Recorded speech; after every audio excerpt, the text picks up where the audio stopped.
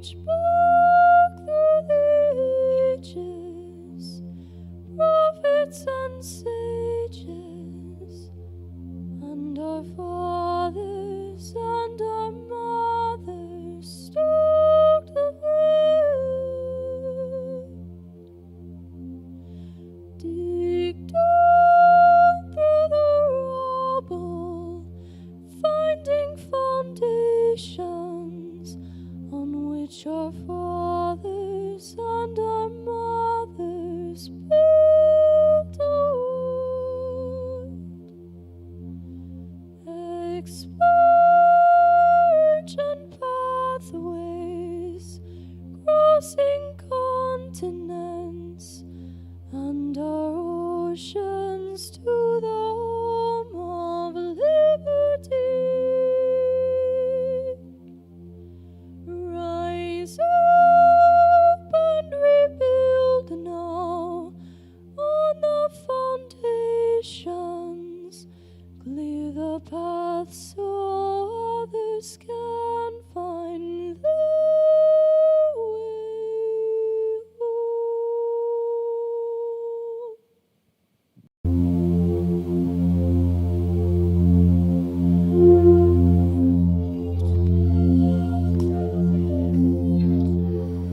So this evening we are going to talk about the West Virginia legislative website, and Marshall will be doing the explaining and I will be driving so that everyone can see that. So first off, we're going to go to wvlegislature.gov, as you can see up there at the top, wvlegislature.gov. And that brings us to the main page for the website. And so that's how we get there. And from this point, I'm going to let Marshall tell us what we're doing and where we're going. Thanks, Marshall. Todd. This is critically important for the citizens of the state. As you and I both say regularly to anyone who will listen, we own this state. We, the people, own the state. We own the federal government, but today we're talking about the state government. We form the government to secure our individual natural rights. We don't work for them, they work for us.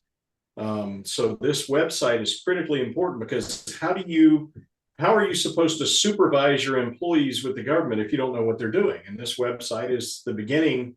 It's the portal that allows us to see into what our government is doing so that we can hold it accountable. In future episodes, we'll talk about how to actually go about holding them accountable, how to communicate with your representatives, your senators, and your delegates in the legislature, and actually some of the other departments of the executive branch of the government. But for right now, we're just talking about this website, how to navigate it, how to find the information you want on there. And a while ago, you said that you were going to be driving. I'd like to also ask you to make sure that I don't skip over anything, because you know the deal. When you're so familiar with something, you tend to forget that you had to learn that. So, don't let me forget to bring up any questions, point at anything, and demand that I answer the questions, if you would, Todd, to make sure that everybody's getting as much out of this as they can. Okay. So thank you. I appreciate that. And as Todd said, wvlegislature.gov will bring you to this website. If you go up to where it actually says the blue bar across the top where it says West Virginia Legislature, anywhere else that you go on this site, you can click on that, because that banner will be up there and it will bring you right back to this page, the start page. Yeah, that's a very good point. So if we could, I'd like to, I realize there's a bunch of stuff before this, but for a citizen trying to figure out what your government's doing, I think the educational tab is the right place to start. You see there the Citizen's Guide, critically important.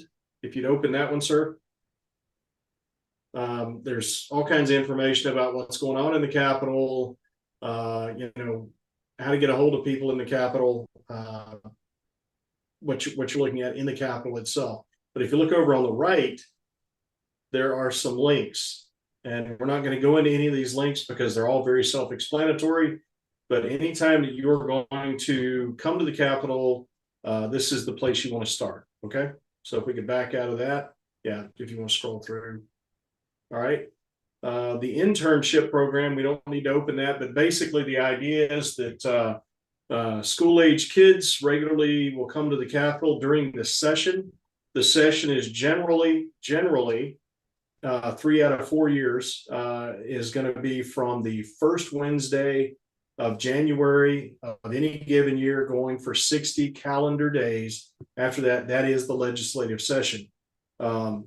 The first of every 4 years, when you are installing a new governor, even if he's reelected, if you have a governor who's just been elected taking over, then taking over the executive branch, then what you're going to have is a legislative session that starts off on the first Wednesday of January, and then there will be a 30-day break. So they'll actually call the session into order, and then the governor will have 30 days to present his budget.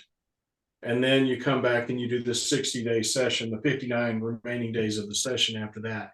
So that's something just to be aware of, so that if you happen to be coming in just after an election when the governor is just been sworn in, there's going to be that kind of strange session because he gets 30 days to make his budget. Is that clear, or am I? Yes. Okay. All right. Yep. Thanks. All right. So going down the PAGE program, I'm sorry, the internship program is usually for college students. I was actually describing the PAGE program. Internships of our college students, they apply at their schools. They come out and spend, I believe it's a week or two, depending on which school they're with and what they're doing, and actually spend time working with the legislators. I was fortunate enough in my time in the legislature to have a couple of really amazing interns, actually 3 of them, during separate sessions, very bright people who taught me a lot and were very interested in the way our government works.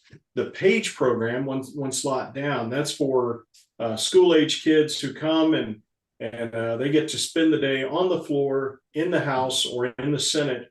And what they'll do is they'll actually run errands. They'll bring the delegates or the senators a cup of coffee or a bottle of water, or carry notes from one to the other.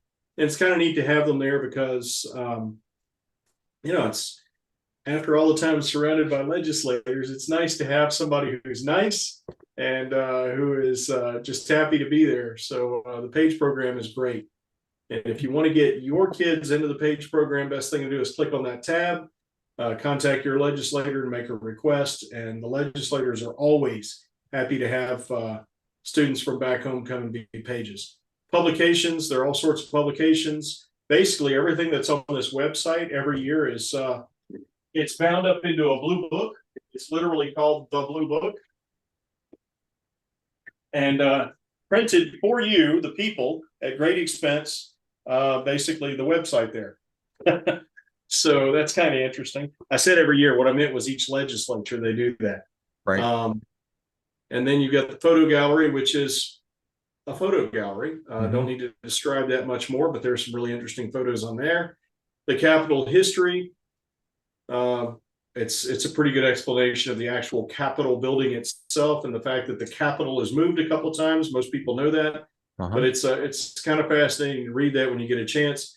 But the most important thing under the educational tab from my perspective is how a bill becomes a law. Would you click on it, please, Todd? Yes, sir.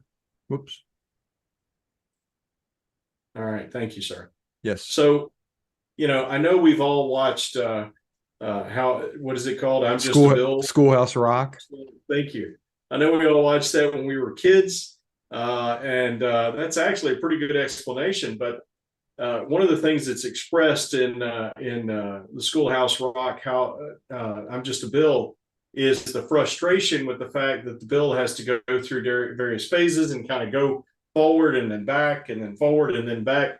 It's a very complex process. It's supposed to be a very complex process. It was set up that way on purpose, and that gives we the people the opportunity to engage in the process at a bunch of different points to actually affect the legislation that's going on. Part of the deal is that if part of the biggest frustration is if there's a bill that you personally are very invested in and you try to follow it through the process, it's a complex and convoluted process, and most bills die. Most bills are never even taken up. Right. There are a couple of thousand bills that come out each 60-day session. They simply can't deal with all of them.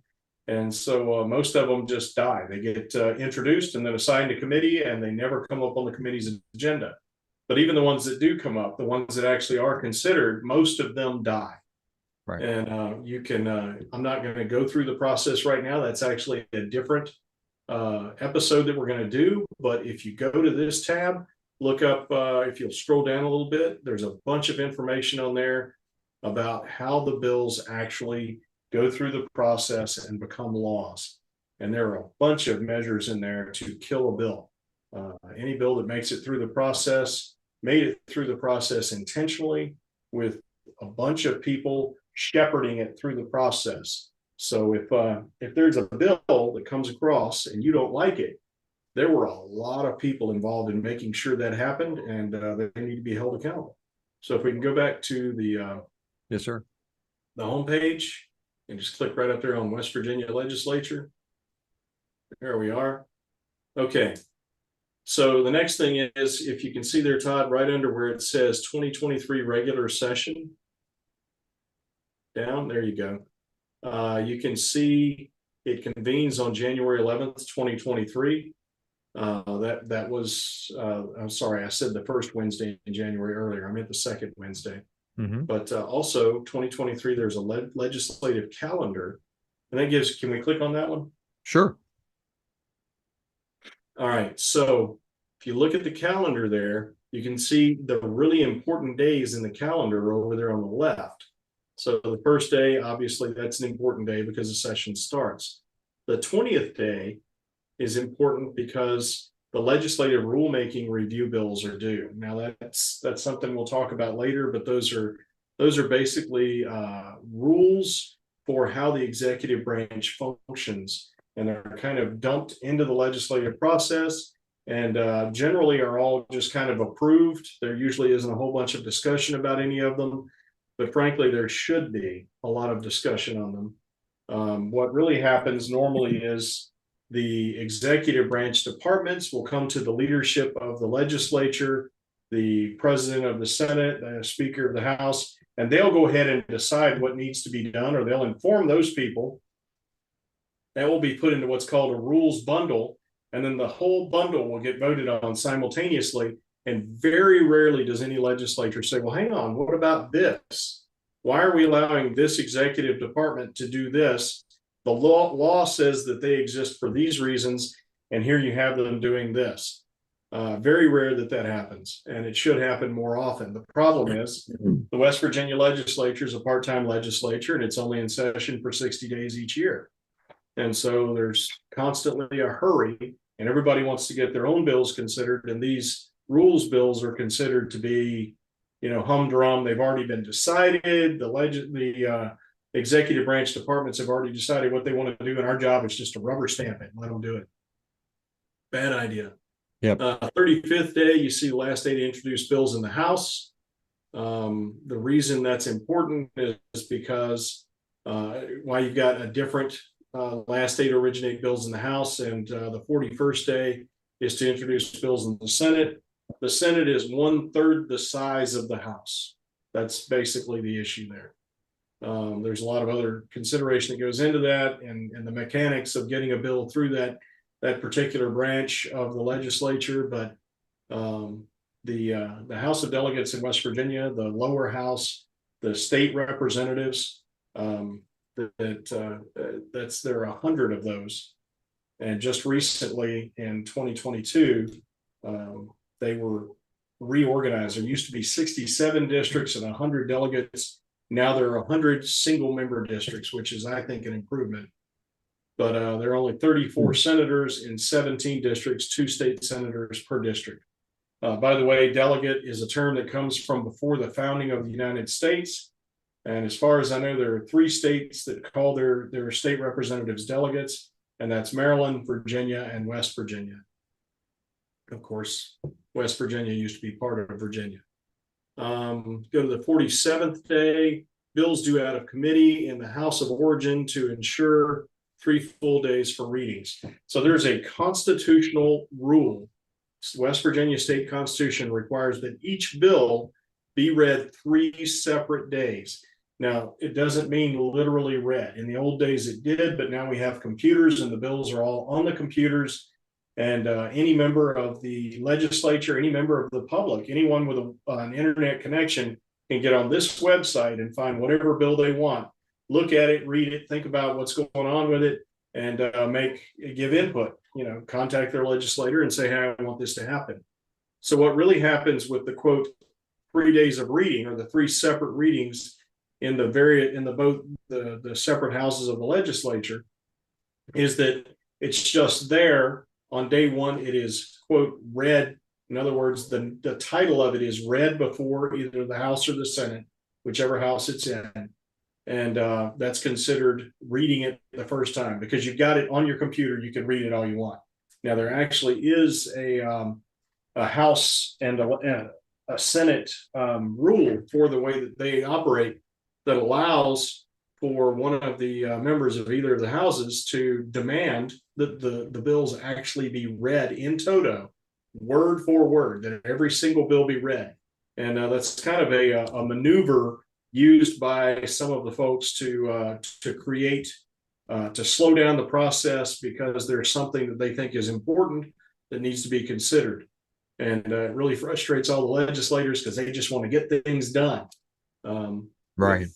Far less concerned for what it is they're getting done than they should have, as far as I'm concerned. I'm sorry, were you say something, Todd? No, I was just agreeing with you, and I know as a delegate you've seen that firsthand. I've spent enough time at the Capitol that I've seen that too, and all of the bag of tricks that they have to either speed things up or slow things down, or And your legislative leadership has already decided what they want to be considered, where they want it to go, how they want it to be amended. And they've already got their people planted with those ideas and with the support that they need to make those things happen. All of this is choreographed. It's all stagecraft. It's all happened, generally speaking, before it gets there. And just every now and then, a single individual delegate or senator will raise an issue that throws a monkey wrench into things, which frankly, the whole process is supposed to have monkey wrenches from beginning to end, so that Absolutely. we the people engage effectively. It's not supposed to be a smooth or a quick process. Sure. Where are we? 47th day. Bills due out of committee in the House of Origin. That means that if it comes from the House of Delegates or if it comes from the Senate, it has to have completed the entire committee process. Usually, most bills get assigned to 2 committees, get referenced to 2 committees. Right. Depending on what they deal with and all that kind of stuff. The one committee in each house, each branch of the legislature that really gets the lion's share of the bills is the Judiciary Committee. Judiciary, yes.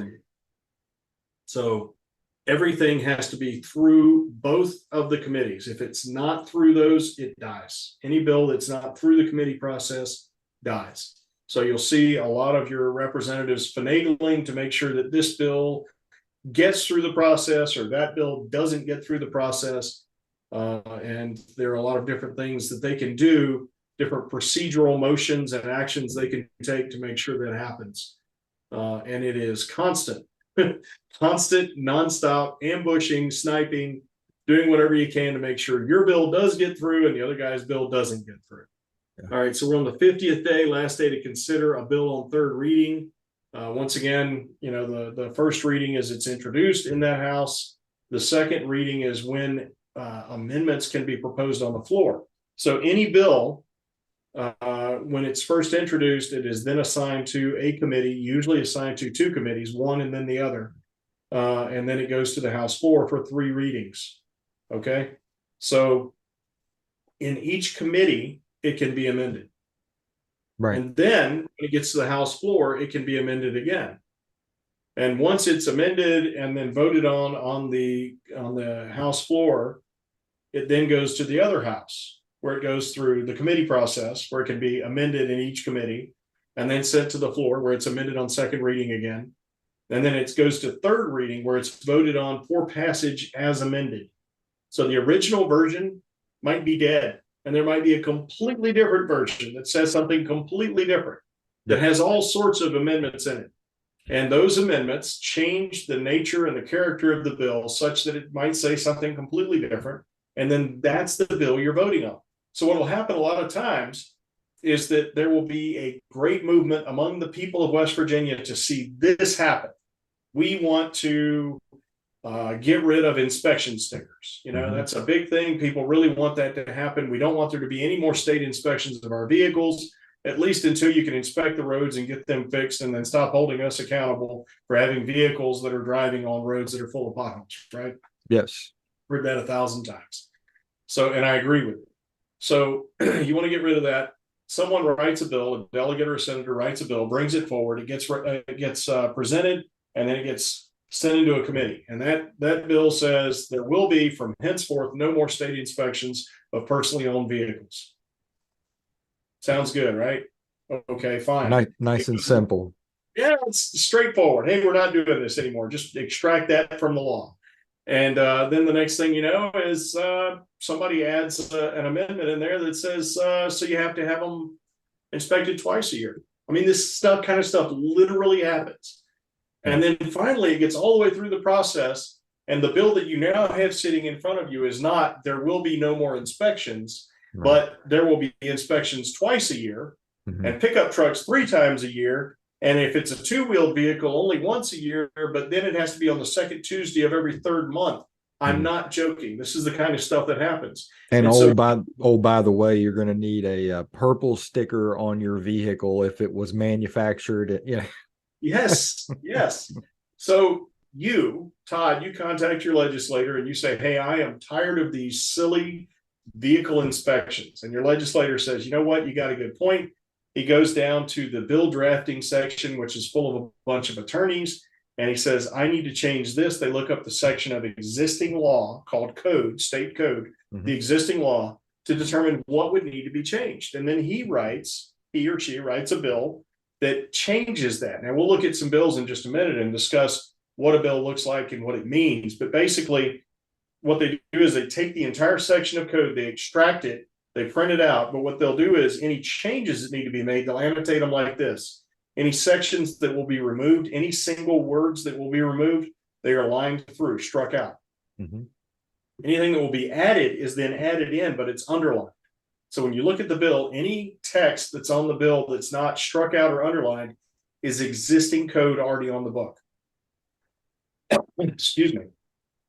Anything that is lined out is existing code that would be removed if this bill were to pass.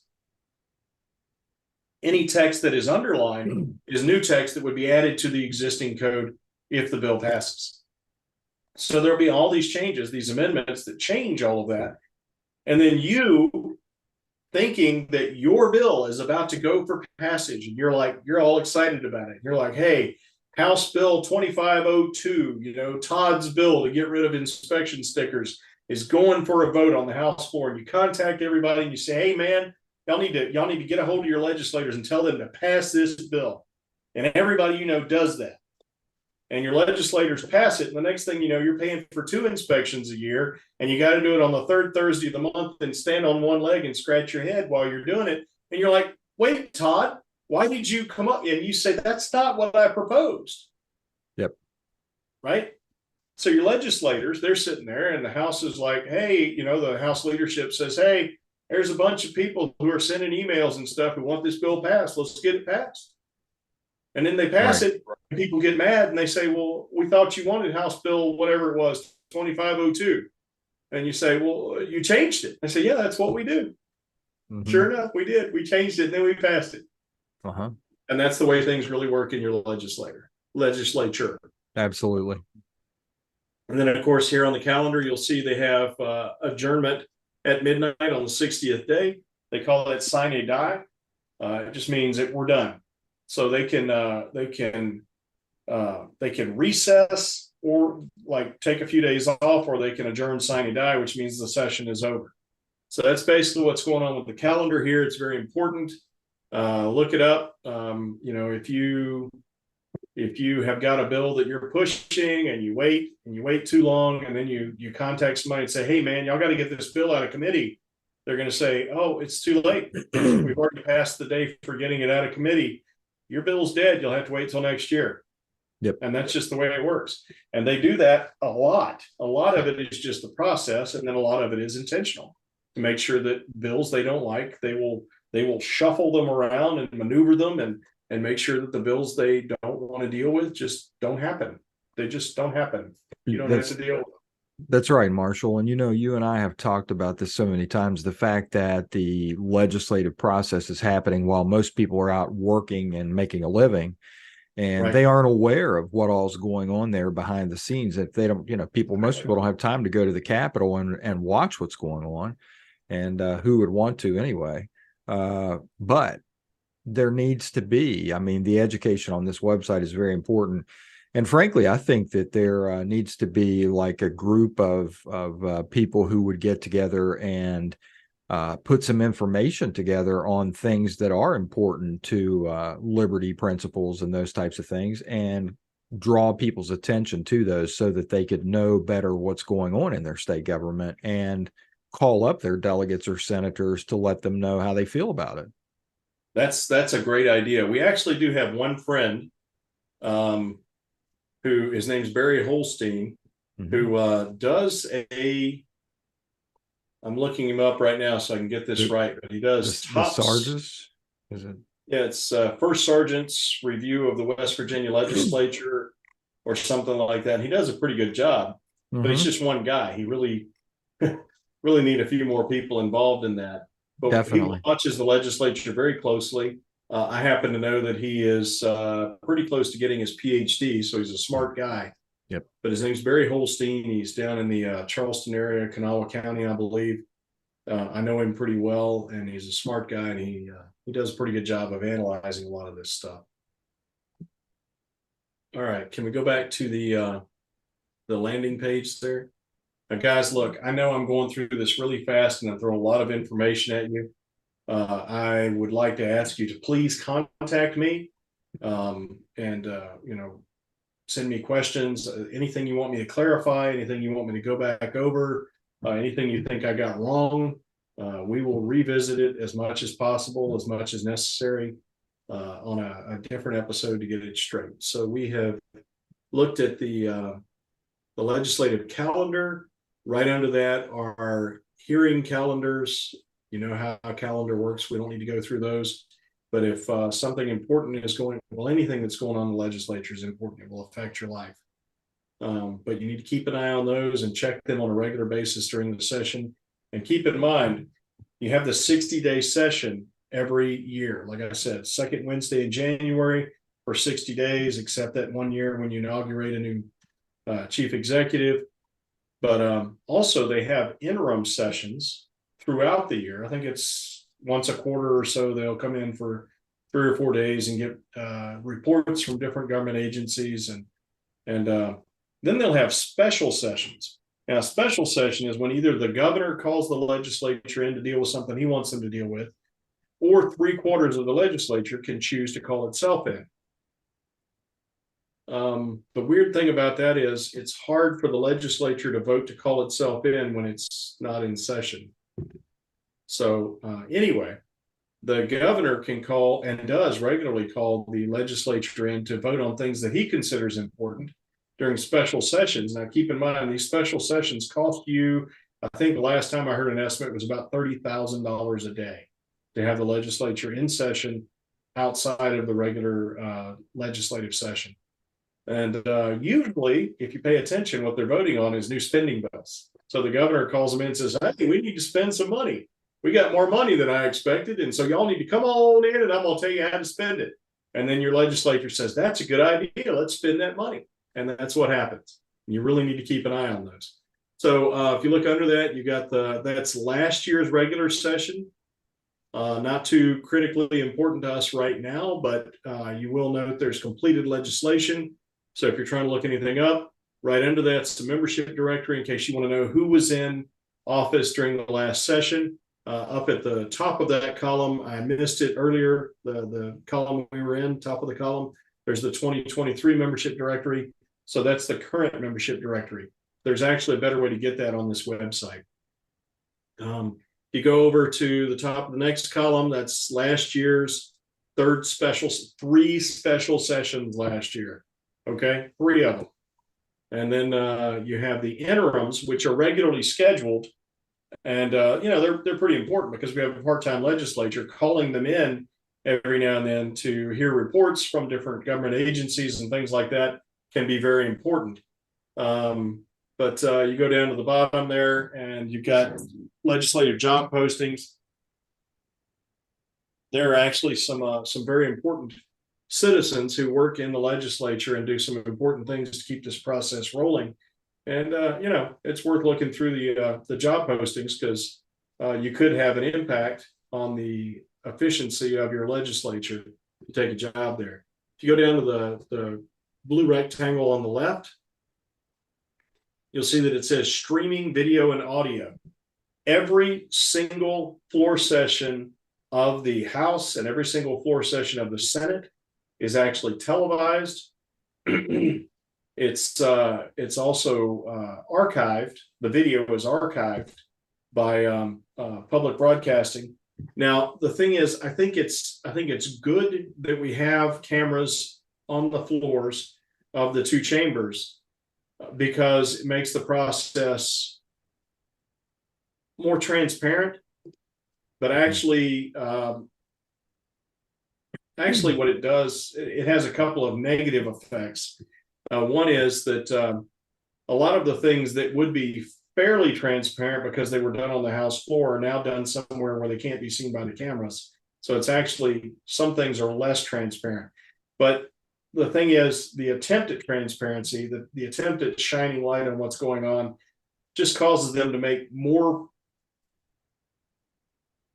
a more positive decision. By positive, I don't mean good. I mean they have to go through an act of decision making to determine that they're going to do something that's hidden from you. Right.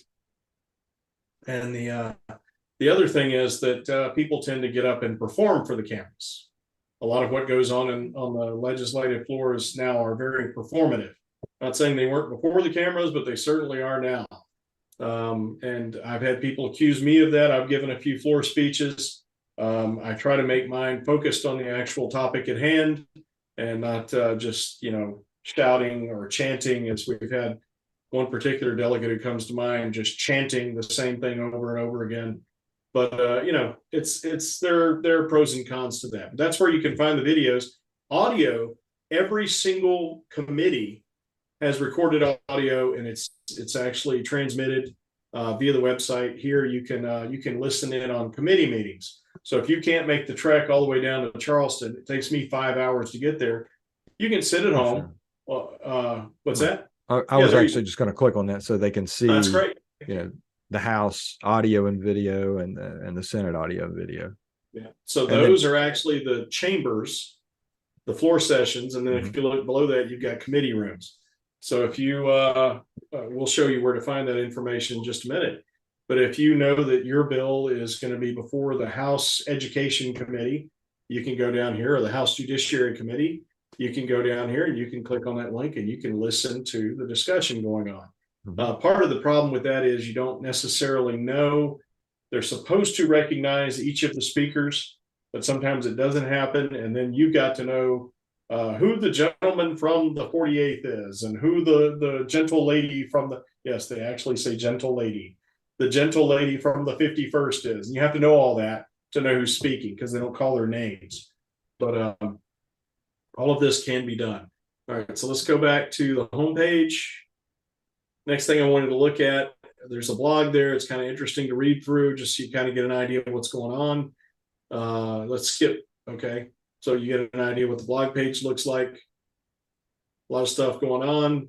Go all the way over to the last blue rectangle, redistricting page. Now in 2022, as I mentioned a while ago, the entire state was redistricted. Every single district in the state was redistricted, all the way from your magisterial district in your county all the way up to the state Senate districts and Congress, U.S. Congress. Now your U.S. Senate districts were not changed because the Senate represents the entire state. So there's no district, it's the entire state.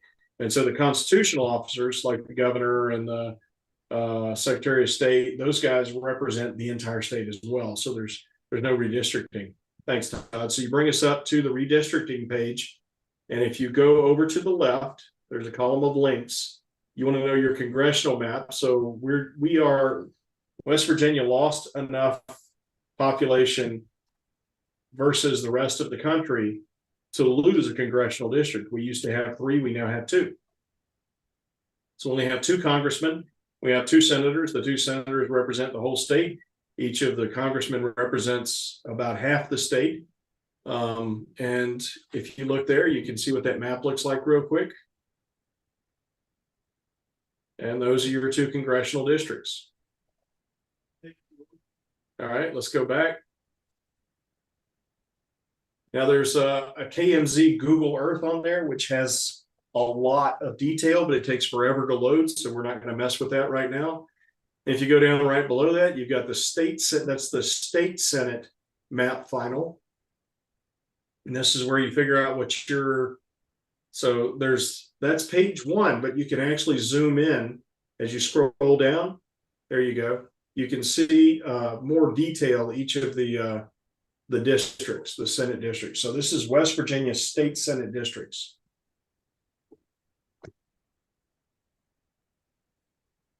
Now we go back and we can do the same thing with the House of Delegates.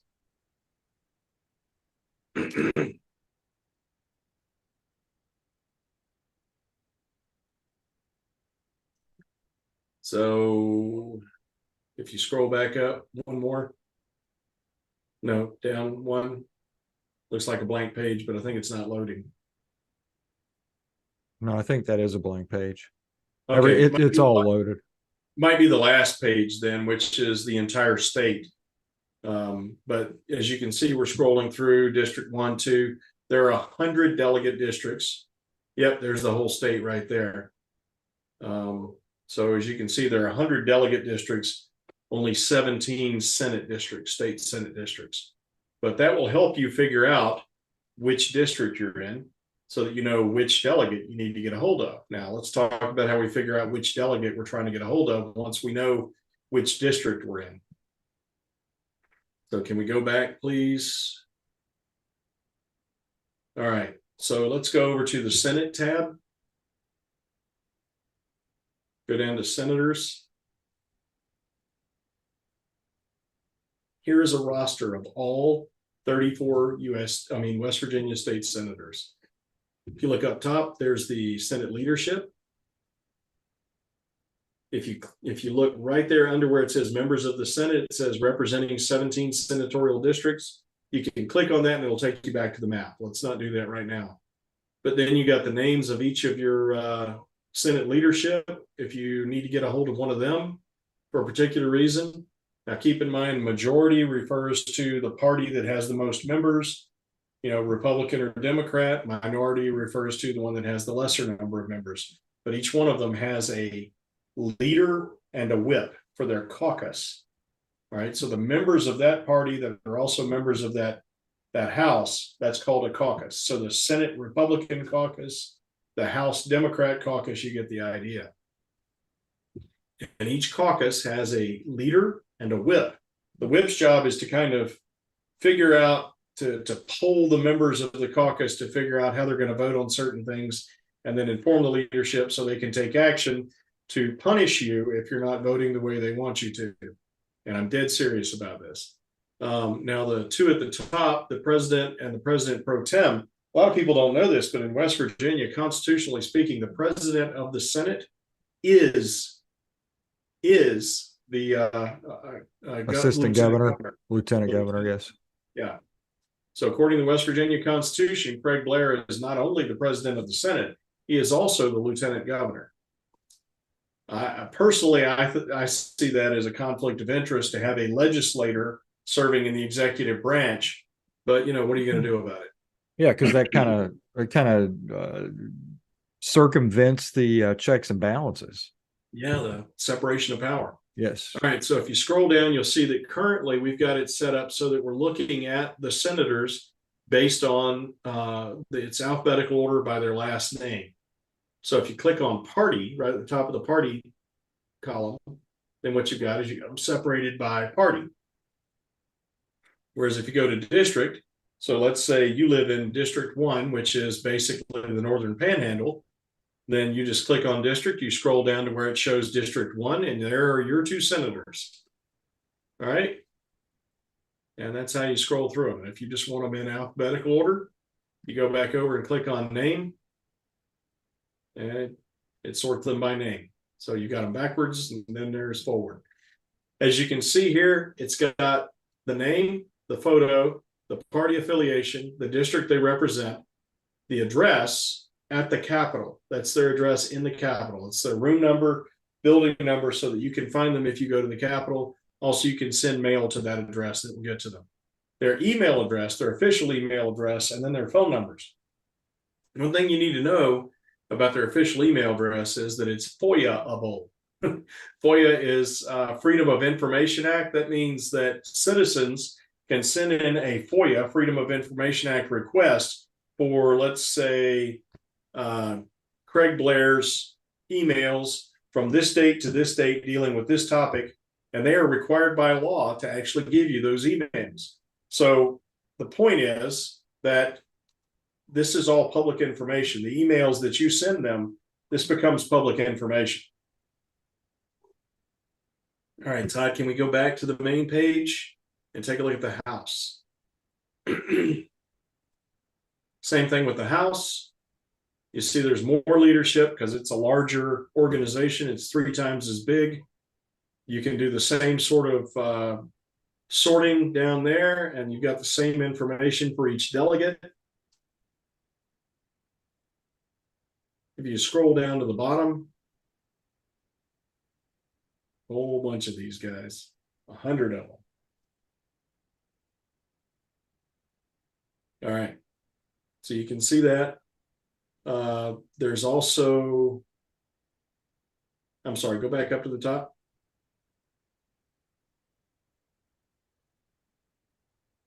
All right, so let's say you live in Barbersville, okay? So let's go to the 100 delegate districts map. The link's at the top of the page. There you go. All right, so we go to the House map to find your delegate. We go to the large map at the very end, the statewide map, all the way down. There we go. Now, unfortunately, it's not on there, so you have to know where Barbersville is. You see what I'm saying? So you find Barbersville, and then you've got to figure out what your district number is. So let's, if you don't mind, Todd, let's go over to the other side of the state where I live, and I actually know the terrain. I'm in the Eastern Panhandle. So if you go to right there, okay, right there, what you've got is, if you know that you live in Glengarry, West Virginia, which is where I live, you know the terrain, and you can see that you live in District 91. All right. To get better information than that, to zoom in on it, what I need to do is go to District 91, the map for District 91. No, just scroll up. Excuse me. Hang on, let me zoom out here so we can see what we're doing.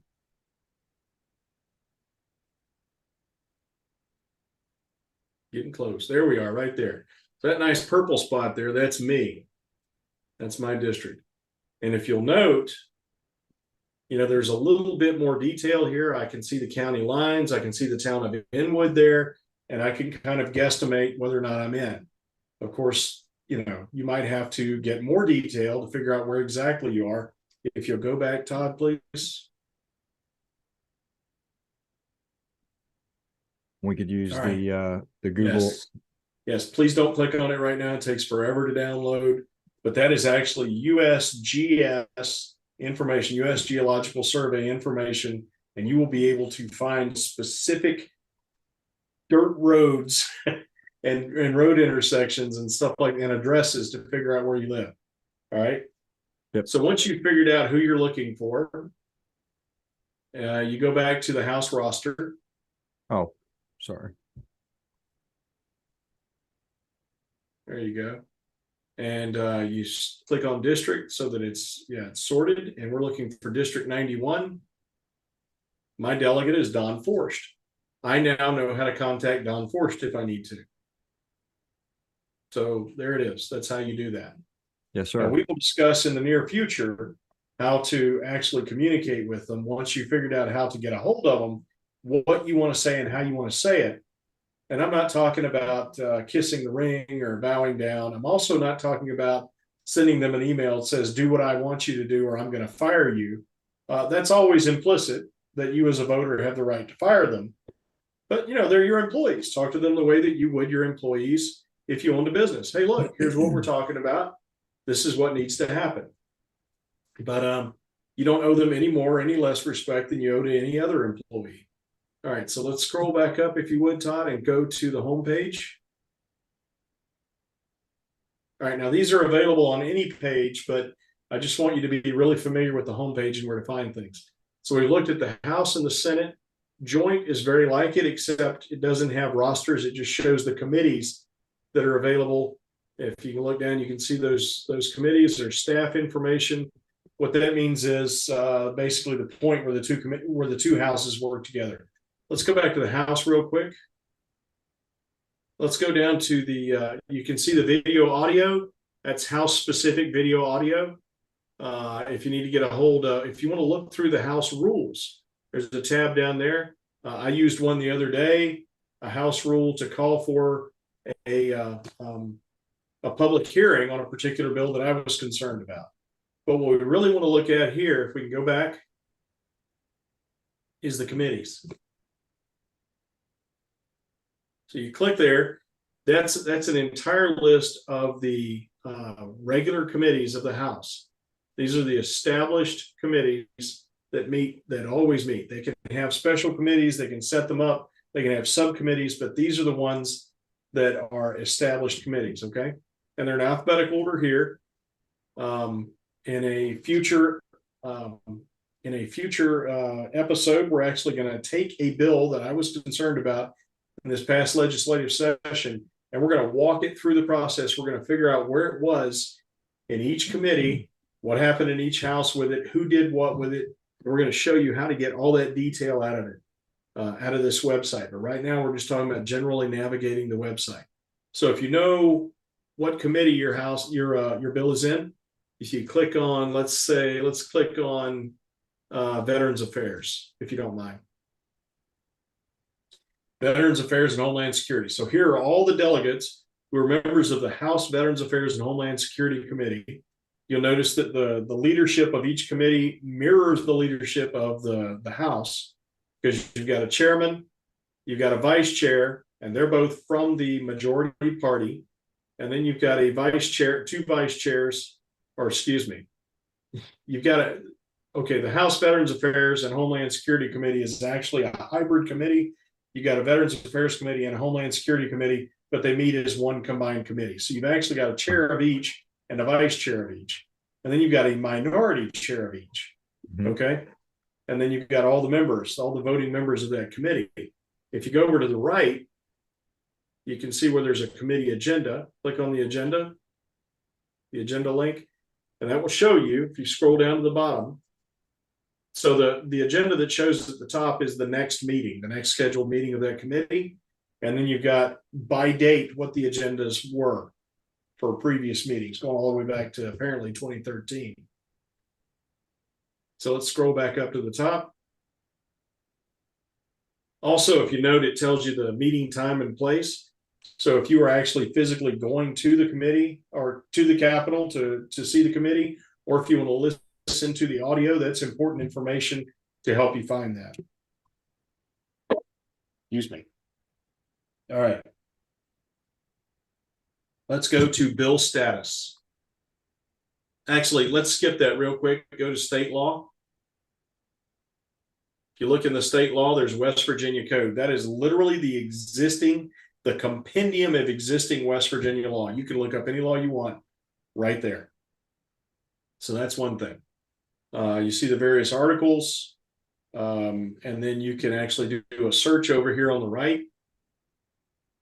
So you can pick the chapter you want to look in. It takes some messing around, but if you know what you're looking for, you can find it in the law. You don't have to be an attorney. You don't have to be a genius. You don't have to have a Ph.D. You just have to have the time and the willingness to scroll through there until you find what you're looking for. So let's go back. All right, state law again. Acts of the legislature. That's one of the things that I told you about that's recorded in these blue books that we pay so much money for so that people can have that nice blue book sitting on their shelf. Give it to their constituents to really impress them that they got this nice official blue book. All the information's on the website. The Code of 1931, that is very old state law. It's been updated. If you're looking at current stuff, don't look at that. That's archival and it's for looking stuff up. Then you'll note the West Virginia Constitution, U.S. Constitution, both the original documents in their entirety or the text of the original documents in their entirety. Todd, if you don't mind, would you click on the West Virginia Constitution? Yes, sir. All right.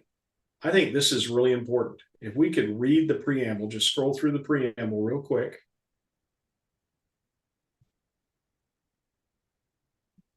And you'll see what the original, the people who established the state of West Virginia, what they were thinking. And they say they reaffirm their faith in and constant reliance upon God and seek diligently to promote, preserve, and perpetuate good government in the state of West Virginia for the common welfare, freedom, and security of ourselves and our posterity. That sounds familiar. It's probably because you've heard the preamble to the U.S. Constitution, which says, we the people, in order to form a more perfect union, to establish justice and ensure domestic tranquility, to provide for the common defense, promote the general welfare, and to secure the blessings of liberty to ourselves and to our posterity, do ordain and establish this Constitution, the United States of America.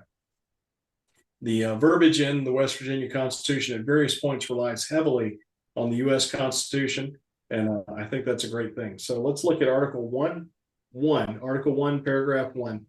The state of West Virginia is and shall remain one of the United States of America. The Constitution of the United States of America and the laws and treaties made in pursuance thereof shall be the supreme law of the land. That's pretty important. And if you'll look, 1.3, continuity of constitutional operation. If you think about what's been going on the past couple of years, this should be very interesting to you. The provisions of the Constitution of the United States and of this state are operative alike in period of time, in period of war as in time of peace, and any departure therefrom or violation thereof under the plea of necessity or any other plea, such as we have to make the government function according to the chief executive's whims because a lot of people are sick. Any other plea is subversive of good government and tends to anarchy and despotism. Man, that's how would things have been different? Pretty powerful words. Yes, sir. How would things have been different if over the past few years your legislators had read that paragraph and actually applied it? All right. So that's the West Virginia State Constitution. It's actually a very interesting document. Doesn't take long to read, but there's a lot of really fascinating stuff in there. By the way, go ahead. I won't lead us down a bunny trail, but I will say in my reply to your statement would be how many of the delegates would have or legislators would have read this paragraph and actually applied it. I don't know, man, but I will tell you that I have quoted it to them a number of times. I'm sure you have. And by the way, just for the record, your Second Amendment rights are reaffirmed in the West Virginia Constitution. But let's move on if we can. Go back to the landing page, the home page. Oh, I'm sorry. Please. Yes, sir. I'm sorry. I've just been talking an awful lot. And no, you're doing great. Okay. Thank you. So reports. We've already talked about the educational, the contact tab there. You know, once again, Senate and House roster, public info, news releases, helpful links. News releases, let's go to news releases real quick. So those are pretty regular news releases. You can go straight to the source. You don't have to wait to hear about it on the TV news or read it in the newspaper. You can actually just read them as they were written by the leadership of whatever committee, whatever house, whatever individual representative or delegate or senator. All right. So I think you can see why this website is so important. I hope that everybody will get onto this website, scroll through it, go through the links that I've showed you. Look at the other links, just adventure through the website and see what all you can see. Now we will have future episodes where, like I said, I will actually take a specific bill and walk it through the process and show you how it's documented on the website, so you can look it up, you can see who did what to that bill, and you can understand how this process works. But right now, it's critical that citizens of the state of West Virginia get on this website and figure out how it works. And I hope that this episode has helped you to get started on that. Todd, what have I missed so far just on navigating the website and what information is available? Well, I think you're doing great, and I think we don't want to overload the people with information, but I believe that in the future we will have an episode of questions and answer, complete episode where people can actually get in, put their question in the chat, and then we can answer that. If they're confused about something, or if we've said something that is incorrect or misleading or just confusing in general, then we'll try to cover all those things so that people can feel confident in using the tools that they have available here so that they can hold their people accountable. Yes, sir. Now, I just looked at my notes, and I hope you'll forgive me, and I hope everybody else will.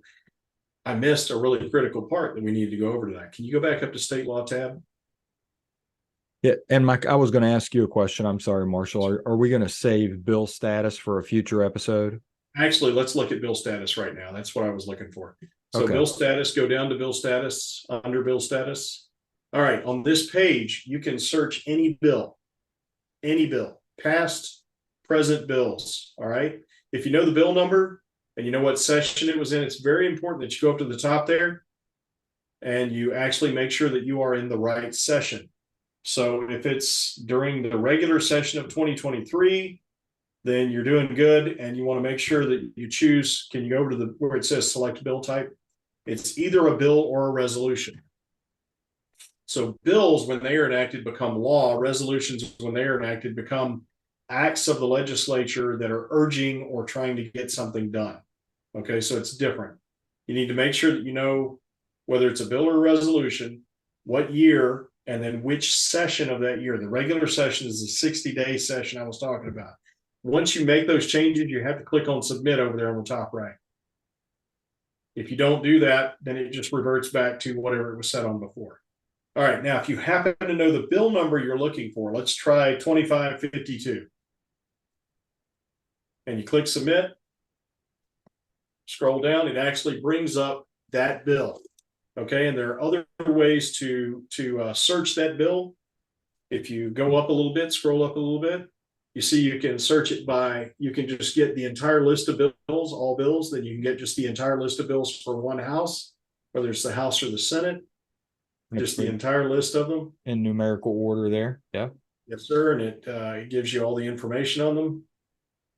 What I want y'all to do, you can check, you can search it by subject, go up, scroll up a little bit, by subject, by sponsor. These are the ones that are most useful to folks. All right. Scroll back up, please. Date introduced. So if you click on sponsor, scroll down a little bit. So you got, if you know the name of the sponsor who wrote the bill, or one of the sponsors who signed on to the bill, you can select their name. Go ahead, just pick one. All right, and you got to hit submit. Scroll down. These are all the bills that this delegate signed on to as a sponsor. If you want to know the ones he actually wrote, click on the button that says lead Sponsored bill, top right. There you go. Scroll down. These are the ones he actually wrote. He is the lead sponsor on these. So get on there, fool around, see what you can find. We will do a future episode very soon in which we actually go through this process, and I'll try to help you figure out how to really figure out what's going on, and then get a hold of your legislators and hold them accountable. All right. Thank you very much. I'm going to sign off now. Hello, everyone. One thing we would like to add to this particular podcast is the ability to find precisely what district you are in. We had shown you before that you could look at the PDF map, and I'm going to go to that right now, actually. So from the main wvlegislature.gov site, if you go, let's say you're looking for your delegate, and you go to House and then district maps, and you click there. And remember, we have the very first list is the United States congressional map. Then the second one is the West Virginia Senate map. And lastly is the West Virginia House map. So what I'm going to do, because it has more districts and it's easier to see how it's laid out. So basically, what you would do is on any of these three maps, you can click the first link, takes us to where we showed you the other night, that have these type of maps, which, you know, for some people may be very simple to determine what district they are in.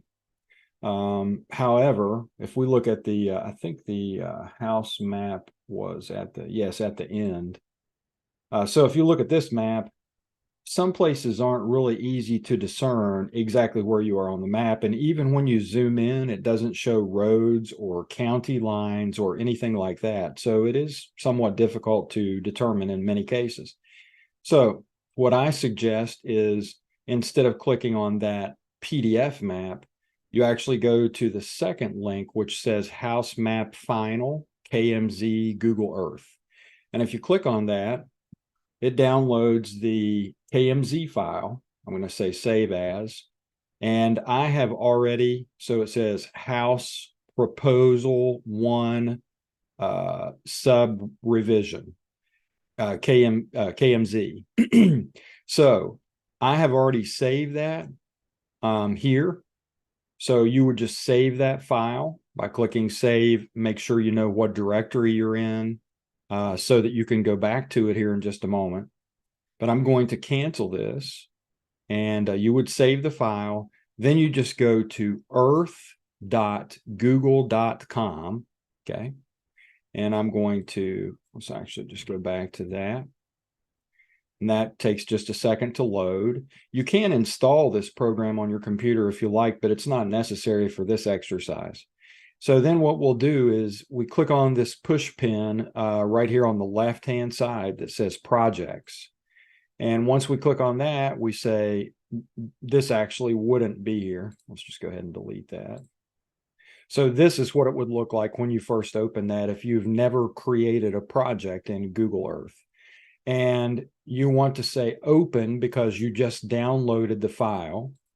So you're going to say open, and you're going to say import KML file from computer. It's the bottom option here. Well, yeah, it is the bottom option. So you click that and then browse to where you just saved that file. Okay. And in my case, here it is. So I'm going to click that, say open. And it takes just a second here. You see it says working. Okay, there we go. So now all of the black borders are district borders for the state of West Virginia. And if you like, you can come over here and actually click on this to expand the districts, and it takes just a second. And then you would be able to scroll down through here and see each individual district. Not necessary to do that. Really, all you need to do now is you can click this to make that part go away. And now you can just click your mouse down and hold it and move the map wherever you want to. And you can either roll your wheel on your mouse or trackpad or whatever. So that controls your zoom level. If you don't happen to have a wheel to roll, you can certainly come down here and click on the plus and minus, and then move your map around like this and zoom a bit more. So you see, when we're zoomed out just a little bit here, you see we have, 66, 46, 47, 48. Those are the districts. So like if you live in, say, Summersville, for example, you can see here's the town of Summersville, and it's in District 49, and as well as all of these other surrounding areas, really, Mount Nebo, Kessler's Cross Lanes, Poe, Gilboa, all of these places. So if you have your address, well, you can search for your address here, okay?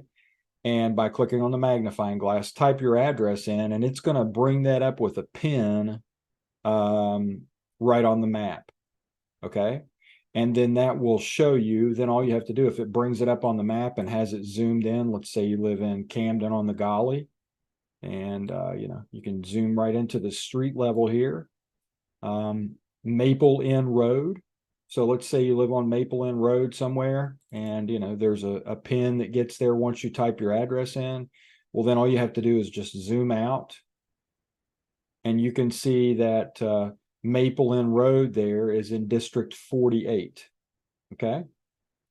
So hopefully this is helpful for people who have trouble with the other maps. And if you have questions about this, or there's something that wasn't clear, please just drop us a comment and let us know, and we will cover that again in a future episode and answer any questions that you have. Okay. Thank you very much. Reach